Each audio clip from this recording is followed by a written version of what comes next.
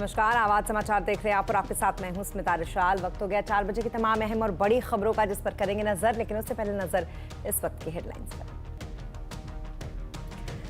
अब तकनीकी खामियों के चलते निवेशकों को शेयर बाजार में नहीं उठाना पड़ेगा नुकसान। सेबी चेयरपर्सन माधवी पुरी बुच ने बीएसई पर IRRA प्लेटफॉर्म किया लॉन्च, साथ ही दिया संदेश फायदेमंद रहता है लंबी अवधि का निवेश। हफ्ते के पहले दिन बाजार में सीमित दायरे में रहा कारोबार, लेकिन मिड और स्मॉल कैप इंडेक्स में इंट्राडे में बनाया नया रिकॉर्ड। सेंसेक्स निफ्टी हल्की बढ़त पर हुए बंद। आईटी हार्डवेयर मैन्युफैक्चरिंग को बढ़ावा देने के लिए PLI स्कीम को मंजूरी, 27 कंपनियों को हरी झंडी, 3000 करोड़ का निवेश आने की उम्मीद। आज चुनाव प्रचार के लिए राजस्थान में प्रधानमंत्री मोदी दिन भर में करेंगे 5 बड़ी रैलियां। पाली में किया जनसभा को संबोधित, कांग्रेस पर साधा निशाना। उत्तरकाशी की टनल में जिंदगी की जंग जारी, 9 दिन के बाद भी रास्ता बनने का इंतजार। NDRF SDRF के साथ विदेशी ड्रिलिंग एक्सपर्ट भी मौके पर। पीएम मोदी ने सीएम धामी से लिया अपडेट। फिर बिगड़ी दिल्ली की हवा, ज्यादातर इलाकों में AQI 300 के ऊपर। आज से स्कूलों की छुट्टियां भी खत्म, कंस्ट्रक्शन वर्क और ट्रकों की एंट्री भी फिर से शुरू। और उगते सूर्य को अर्घ देने के साथ संपन्न हुआ 4 दिन का महापर्व छठ। करोड़ों लोगों ने धूमधाम से मनाया ये त्योहार।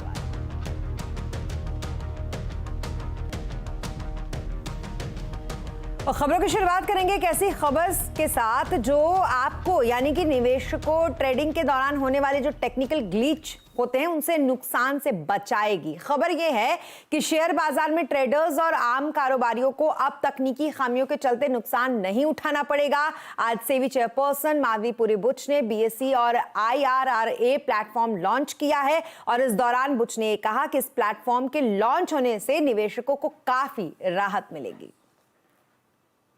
Launch is really about reducing the risk, which is the technology-related risk in the system. So we all know that technology is this wonderful thing which gives us the ability to, at a very low cost and in a risk-managed way, make life very convenient for the investor. And today's, risk reduction access is a very important milestone in that risk management. And as I said, we see it as the safety net. Which is there available so that people invest with confidence. So the trapeze artist does what he needs to do with confidence, knowing that there's a safety net. और इस दौरान माधवी पुरी बुच ने निवेशकों को आगाह करते हुए ये भी कहा कि बाजार में ट्रेडिंग करने में खतरा है, जबकि लंबी अवधि के लिए निवेश करना हमेशा फायदेमंद होता है। If the investors move more and more to a more long-term and sustainable approach to investment, so that they are sure that there is a very high probability that wealth creation will indeed happen in their hands as compared to losing money literally on a weekly and these days daily basis. So with these words, once again, I would salute the entire market infrastructure ecosystem and the technology that has been deployed in the markets to really create this technology stack in our markets, which is today world-beating and has indeed set the global benchmark across the securities markets across the globe. अच्छा, ये अब लगे हाथों बात कर लेते हैं बाजार की भी, जहां आज हफ्ते के पहले दिन बाजार में बेहद सीमित दायरे में कारोबार देखने को मिला। सेंसेक्स 140 अंक गिरकर 65,655 पर बंद हुआ, तो वहीं निफ्टी 38 अंक गिरकर 19,694 पर बंद हुआ। आज सबसे ज्यादा IT हेल्थ शेयरों में हल्की खरीदारी रही, तो वहीं ऑटो और कंज्यूमर गुड्स शेयरों में बिकवाली देखी गई। मार्केट का पूरा एक्शन समझने के लिए चलते हैं सुमित के पास। सुमित, सबसे पहले तो ये बताइए कि आज बाजार में सुस्ती की क्या वजह रही? देखिए, हफ्ते का पहला कारोबारी सत्र था और ट्रिगर थोड़े से मिसिंग थे। आप कह सकते हैं कि अर्निंग सीजन खत्म हो गया, फेस्टिव सीजन खत्म हो गया, तो बाजार अब धीरे धीरे वापस खबरों के दम पर चल रहा है या थोड़े थोड़े ट्रिगर्स का वेट कर रहा है। लेकिन आज खरीदारी थी IT में, खरीदारी थी फार्मा में, थोड़ा बैकफुट पे था ऑटो, कंज्यूमर ड्यूरेबल, यहाँ पर बिकवाली थी। सेलेक्टिव रियल्टी खरीदारी में कामकाज कर रहे थे। मिड कैप स्मॉल कैप ने इंट्राडे में अपना नया हाई बनाए और हरे निशान में क्लोजिंग दी। हालांकि बाजार जो था फ्रंटलाइन इंडेक्स वो बिल्कुल सीमित दायरे में था और वहाँ पर बैंकिंग के प्रेशर की वजह से ओवरऑल बाजार में दबाव बनता हुआ दिखाई पड़ा। जी, इसके अलावा सेक्टर्स का कैसा हाल रहा आज सुमित? देखिए पहले कुछ अगर सेक्टर स्पेसिफिक देखा जाए तो निफ्टी के टॉप गेनर्स में आज आपको दिखाई पड़ेगा डीवी स्लैब, जो कि फार्मा की तेजी को लीड भी कर रहा था। करीब 2% की तेजी रही। भारतीय एयरटेल 1.5% ऊपर रहा, विप्रो 1.5% ऊपर रहा। HCL टेक रफली 1.25% के आसपास की बढ़त यहाँ आते हुए दिखाई पड़ी। निफ्टी गिरने वाले शेयरों में अदानी इंटरप्राइज का नाम शुमार था 2.5% नीचे, बजाज फाइनेंस 2% नीचे, M&M 2% नीचे, SBI लाइफ करीब 2% की बिकवाली यहाँ रही। मिड कैप के बढ़ने वाले शेयरों में टाटा इन्वेस्टमेंट शानदार तेजी, 15% का नया उछाल। लेटेंट व्यू रफली 9.5% ऊपर, ओलेक्ट्रा ग्रीन 8% ऊपर और ITI करीब 7-7.5% के आसपास का उछाल यहाँ पर आता हुआ दिखाई पड़ा। मिड कैप के गिरने वाले शेयरों में BSC आज प्रॉफिट बुकिंग कह सकते हैं 6% की बिकवाली यहाँ रही। फिनोलेक्स इंडस्ट्री 4.5% नीचे रहा। कॉनकॉर्ड बायो और वैरॉक इंजीनियरिंग, ये दो और ऐसे नाम जहाँ पर 2.5 से लेकर 3% तक की बिकवाली आज के सत्र में बनते हुए दिखाई पड़ी। जी बहुत शुक्रिया तमाम मार्केट अपडेट के लिए आपका सुमित। और मार्केट के बाद अब बात करेंगे स्मॉल कैप की। कई कंपनियों में ग्रोथ मौजूद है, ऐसा कहना है अल्फा एक्यूरेट एडवाइजर के MD राजेश कोठारी का। राजेश के मुताबिक मिड कैप और स्मॉल कैप की कैपिटल गुड्स, ऑटो, एंसिलरी और साथ ही कंज्यूमर कंपनियों में पैसा बन सकता है। Large cap and small cap का जो बहुत बड़ा डिफरेंस हुआ करता था वो ऑलमोस्ट जीरो हो गया है। तो ये जो वैल्यूएशंस जो है, where everybody is painting any small company with the same brush, so 250 से 5000 तक इंडिया में 5000 लिस्टेड कंपनी और 250 ऑनवर्ड्स सबको स्मॉल कैप कहा जाता है। So it will be wrong to paint every company with the same brush. तो लग रहा है कि अभी भी यहाँ पे काफी stock selective bottom up approach small cap में रहा इंपॉर्टेंट जरूरी है। और वहां पे अभी भी काफी कंपनीज है जहां पे ग्रोथ मोमेंटम बहुत ही स्ट्रांग है, काफी कंपनीज है जहां के वैल्यूएशन में अभी भी काफी मार्जिन ऑफ सेफ्टी है और काफी कंपनी जहां के ROE और ROC काफी इंप्रूव हो चुके हैं। So selectively we are looking into auto ancillaries, capital goods, these are the two space, and consumer. These are the three space on which we are bullish between mid and small cap. देश में IT hardware manufacturing को बढ़ावा देने के लिए सरकार ने PLI scheme को मंजूरी दी है। स्कीम के तहत 27 कंपनियों के प्रस्ताव को मंजूरी मिली है। इससे करीब 3000 करोड़ रुपए के निवेश आने की उम्मीद है। इस पर अधिक जानकारी के लिए चलते हैं सहयोगी हर्षदा के पास। हर्षदा जी, क्या है ये पूरी खबर? भारत को आत्मनिर्भर बनाने की मुहिम सरकार की पूरी तरह से रंग ला रही है। अब की बारी फोकस है IT हार्डवेयर पर और इस PLI स्कीम के लिए लगभग 27 कंपनियों को चुन लिया गया है और अप्रूवल मिल भी गया है। ध्यान रहे, बड़े पैमाने पर निवेश की बात उभर कर आ रही है। 3000 करोड़ तक के निवेश की संख्या यहां पर मार्क की गई है। साथ ही साथ प्रोडक्शन के पैमाने पर लगभग 3.5 लाख करोड़ का प्रोडक्शन होता हुआ दिखाई देगा। मैन्युफैक्चरिंग PLI के तहत IT हार्डवेयर में जो काम कंपनियां कर रही हैं उनको 4 से 7% तक का इंसेंटिव भी सरकार देगी। और ध्यान दीजिए कि किस तरह का एम्प्लॉयमेंट जनरेशन होगा। 50,000 लोगों को सीधे तौर पर नौकरियां मिलेंगी और इनडायरेक्टली लगभग 1.5 लाख लोगों को नौकरी मिलती हुई दिखाई देगी। 23 कंपनियां एकदम तैयार है तुरंत प्रभाव से मैन्युफैक्चरिंग शुरू करने के लिए, लेकिन 4 कंपनियां हैं जो 90 दिनों के अंदर दरअसल वो प्रोडक्शन की शुरुआत करने वाली है। इसमें देसी और विदेशी नाम दोनों शामिल है। किस तरह का प्रोडक्ट मैन्युफैक्चर होंगे? बड़े पैमाने पर IT हार्डवेयर PLI स्कीम के तहत पर्सनल कंप्यूटर्स, लैपटॉप्स, टैबलेट्स और साथ ही साथ सर्वर्स का निर्माण होने वाला है। देसी कंपनियां जो लिस्टेड कंपनियां हैं जो शॉर्टलिस्ट की गई हैं उसमें नाम है डिक्सन टेक्नोलॉजीज का, सिरमा SGS, नेटवेब, केन्सटेक और साथ ही साथ सरकारी प्लेयर ITI भी इस सूची में अप्रूवल पा चुका है। लेकिन विदेशी कंपनियां भी बड़े पैमाने पर इस स्कीम का फायदा उठा रही हैं। डेल, HP, फॉक्सकॉन और लेनोवो, इन सब ने दरअसल एप्लीकेशन दी थी और इन सब को अप्रूवल मिल चुका है। जी बहुत शुक्रिया तमाम डिटेल्स के लिए आपका हर्षदा। और अब रुक करते हैं राजनीतिक खबरों का। राजस्थान में 25 नवंबर को होने वाले चुनाव के लिए सभी पार्टियां पूरी दमखम से जुटी हुई हैं और इस बीच आज बीजेपी के स्टार प्रचारक खुद प्रधानमंत्री नरेंद्र मोदी राजस्थान के दौरे पर हैं, जहां उनकी एक के बाद एक 5 चुनावी रैलियां हैं। सबसे पहले प्रधानमंत्री पाली और पीलीबंगा पहुंचे, जहां पर उन्होंने एक बड़ी रैली की और उसके बाद PM शाम को, मतलब आज थोड़ी शाम के बाद बीकानेर में एक रोड शो करने वाले हैं। वहीं इस दौरान पाली पहुंचे PM मोदी ने जनसभा को संबोधित किया और यहां कांग्रेस पर उन्होंने जमकर निशाना साधा। मेरे परिवारजनों, कांग्रेस और उसके घमंडिया गठबंधन की ये पहली हरकत नहीं है।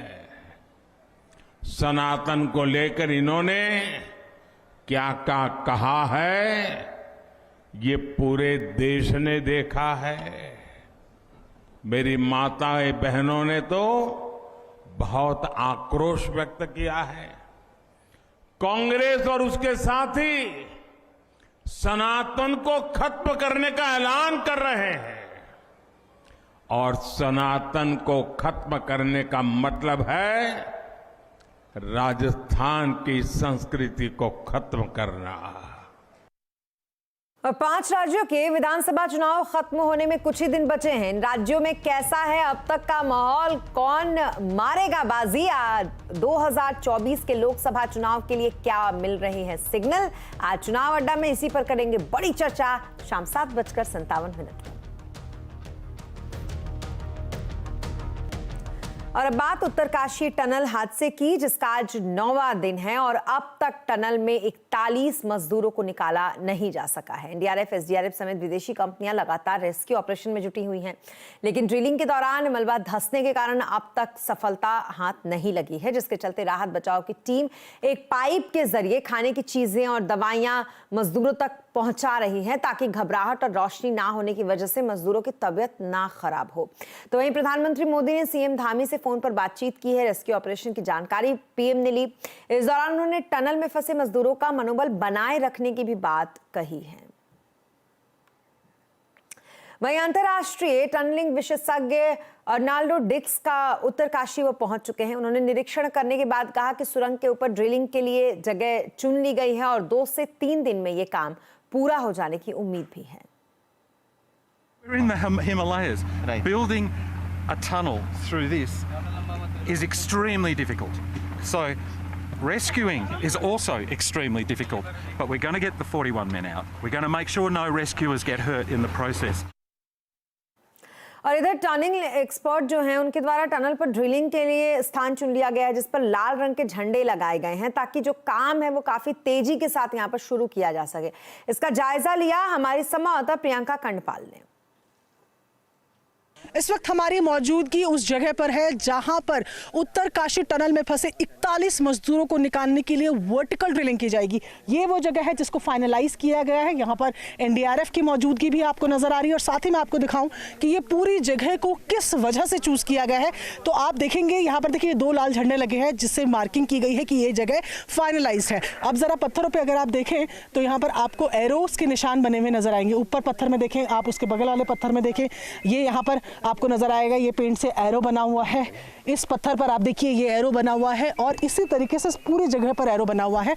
ये पूरी जगह को देखो, ऊपर भी आप देखेंगे कि झंडा लगाया गया है। ये छोटे छोटे झंडे जहां पर लगाए गए हैं वहां तक सड़कों को बनना है, और जो बड़े झंडे हैं वो स्पॉट को आइडेंटिफाई करते हैं कि यही वो जगह है जहां पर वर्टिकल ड्रिलिंग शुरू होगी। ठीक इसके नीचे से पाइप डाला जाएगा, सबसे पहले एक लाइफलाइन पाइप, जिससे कि ऑक्सीजन, खाना ये सब पहुंचाया जा सके, और फिर इवैक्यूएशन की कोशिश यहां से ही की जाएगी, जहां पर फिलहाल एनडीआरएफ के शख्स को आप देख सकते हैं। झंडा आपको यहां पर नजर आ रहा है जो कि इस पूरी जगह को स्पेसिफाई करता है। और साथ ही इस पूरे इलाके की अगर बात करें तो इस जगह को इसलिए चूज किया गया है क्योंकि ये कोई वाटर बॉडी है, यानी कि यहां पर पानी बहता रहा होगा। ये एक वाटर बॉडी जिसको स्पेसिफाई किया गया है, लेकिन ये पूरी जगह यहां समतल मिल रही है। ये पहाड़ की ऊंची नीची जगहों की कंपैरिजन में ये पूरी जगह एक समतल जगह है, जिसको एक्सपर्ट्स का कहना है कि मशीन रखने के लिए इस्तेमाल किया जा सकता है। और उत्तरकाशी के बाद अब बात दिल्ली की, जहां दिन ब दिन प्रदूषण का स्तर जो है वो बढ़ता जा रहा है, जिससे हवा की गुणवत्ता बेहद खराब होती जा रही है। आज भी ज्यादातर इलाकों में AQI 300 से ऊपर रहा। दिल्ली में सुबह सुबह AQI 310 दर्ज किया गया। इसके अलावा आनंद विहार की अगर बात करें, जो दिल्ली का एक इलाका है, यहाँ पर 364, आरटीओ में 322, आरके पुरम में 348 और द्वारका में 376 AQI रहा। वहीं दिल्ली में स्कूल खोल दिए गए हैं। इसके साथ ही दिल्ली में कंस्ट्रक्शन के जो वर्क थे और ट्रकों की जो एंट्री थी वो भी फिर से शुरू कर दी गई है। दरअसल यहां पर पिछले कई दिनों से प्रदूषण की जो काफी गंभीर श्रेणी में स्थिति बनी हुई है, उसको देखकर ग्राफ 4 लगाया गया था, लेकिन अब इसमें थोड़ी थोड़ी राहत दी जा रही है। और अब एक न्यूज 18 नेटवर्क स्पेशल इस वर्ल्ड टॉयलेट वीक में हम एक ऐसे मुद्दे को उठा रहे हैं जो वैश्विक स्तर पर अरबों लोगों को प्रभावित करता है, जो कि स्वच्छता संकट है। याद रखें, हर एक कदम चाहे वो कितना भी छोटा क्यों ना हो, SDG 6 2030 तक सभी के लिए सुरक्षित शौचालय और पानी को प्राप्त करने में योगदान दे सकता है। आइए देखते हैं इस बारे में न्यूज 18 नेटवर्क का एक विशेष संदेश। Modern society has made our lives so simple. तो फिर बीमारी से फ्री रहना इतना डिफिकल्ट क्यों है? Could the culprit be hiding in your toilet? एक अनहाइजीनिक टॉयलेट सैकड़ों जर्म्स का घर बन जाता है और इनसे फैलती हैं बीमारियां जो महिलाओं को और बच्चों को सबसे ज्यादा इफेक्ट करती हैं। Thankfully, keeping toilets clean is simple. Toilet को यूज करने के बाद फ्लश करना simple. Close the lid before you flush it. Simple. और टॉयलेट को यूज करने के बाद हाथों को सोप से वॉश करना simple. This World Toilet Day, let's follow simple steps And accelerate change towards cleanliness and health. और बात सिर्फ हेल्थ की नहीं है, ये बात है भारत के गौरव की। It's about dignity and equality. because access to clean toilets shouldn't be a privilege. It should be a right. Together, let's be a catalyst for change. Mission स्वच्छता और पानी। हेल्दी हम, जब साफ रखें टॉयलेट्स हरदम। और यहाँ रुकेंगे एक छोटे से ब्रेक के लिए, लेकिन ब्रेक के बाद जल्द होंगे हाजिर। आप बने रहे हमारे साथ। आपका स्वागत है। निपा और जीका जैसे वायरस से रोकथाम के लिए सरकार स्वदेशी वैक्सीन बनाने की तैयारी कर रही है। CNBC आवाज को सूत्रों के हवाले से पता लगा है कि नीति आयोग ने लीडिंग फार्मा कंपनियों के साथ कंसोर्टियम बनाकर वैक्सीन मैन्युफैक्चरिंग के लिए प्रस्ताव मांगा है। डिटेल्स लेते हैं इस पर आलोक प्रियदर्शी से। आलोक, क्या है डिटेल्स आपके पास? जी बिल्कुल, सरकार एक ऐसे प्रपोजल पर काम कर रही है जिसके तहत देश में होने वाली हर बीमारी का रोकथाम के लिए स्वदेशी यानी कि इंडिजिनस वैक्सीन का ही इस्तेमाल हो। दरअसल देश में निपा, जीका, KMD, डेंगू जैसे तमाम ऐसी बीमारियां हैं जिनके लिए या तो वैक्सीन है नहीं या फिर है भी तो विदेशों से इंपोर्ट होते हैं। ऐसे में सरकार चाहती है कि देश की जितनी भी लीडिंग मैन्युफैक्चरिंग कंपनियां हैं जो कि वैक्सीन बनाती हैं, वो ही मिलकर इन तमाम बीमारियों का वैक्सीन बनाएं। सूत्रों के मुताबिक नीति आयोग ने ऐसा ही एक प्रपोजल फ्लोट किया है तमाम देश की लीडिंग वैक्सीन मैन्युफैक्चरिंग फार्मा कंपनियों के लिए कि वो कंसोर्शियम बनाकर इन तमाम जितनी भी बीमारियां हैं उनके लिए वैक्सीन देश में ही बनाएं। इसके लिए एक टाइमलाइन भी फिक्स की गई है। 15 अगस्त अगले साल तक के लिए एक टाइमलाइन बनाया गया है। हालांकि ये काफी कह सकते हैं कि एम्बिशियस टाइमलाइन है, लेकिन सरकार चाहती है कि तमाम फार्मा कंपनियां कोशिश करें और इस क्षेत्र में भी वो आत्मनिर्भर बने। जिस तरह की कोविड के दौरान देश की जितनी भी कंपनियां हैं, फार्मा कंपनियां, उन्होंने लीड लेकर कोविड के वैक्सीन को सफलतापूर्वक बनाया था। तो सरकार चाहती है कि इस पूरे कोविड के बाद जो जितनी भी बीमारियां इस तरह की होती हैं जो देश में छिटपुट होती हैं, स्टेट स्पेसिफिक होती हैं, उनके लिए भी वैक्सीन देश में ही बने और न सिर्फ देश में के लिए इस्तेमाल हो बल्कि इसको एक्सपोर्ट भी किया जा सके। बहुत शुक्रिया तमाम डिटेल्स के लिए आपका आलोक। और देश भर में छठ पर्व को बड़े ही धूमधाम से मनाया गया। आज उगते सूर्य को अर्घ देने के साथ ही ये लोक आस्था का महापर्व खत्म हो गया और 36 घंटे के बाद व्रतियों का उपवास भी इसके साथ खत्म हुआ। छठ का त्योहार बिहार, उत्तर प्रदेश और झारखंड राज्य में ज्यादा बड़े स्तर पर मनाया जाता है, जिनमें करीब करीब लाखों की संख्या में लोगों ने जगह जगह घाटों पर सूर्य को अर्घ दिया और करोड़ों लोगों ने बड़े ही उत्साह के साथ पूरे देश भर में इस पर्व में हिस्सा लिया।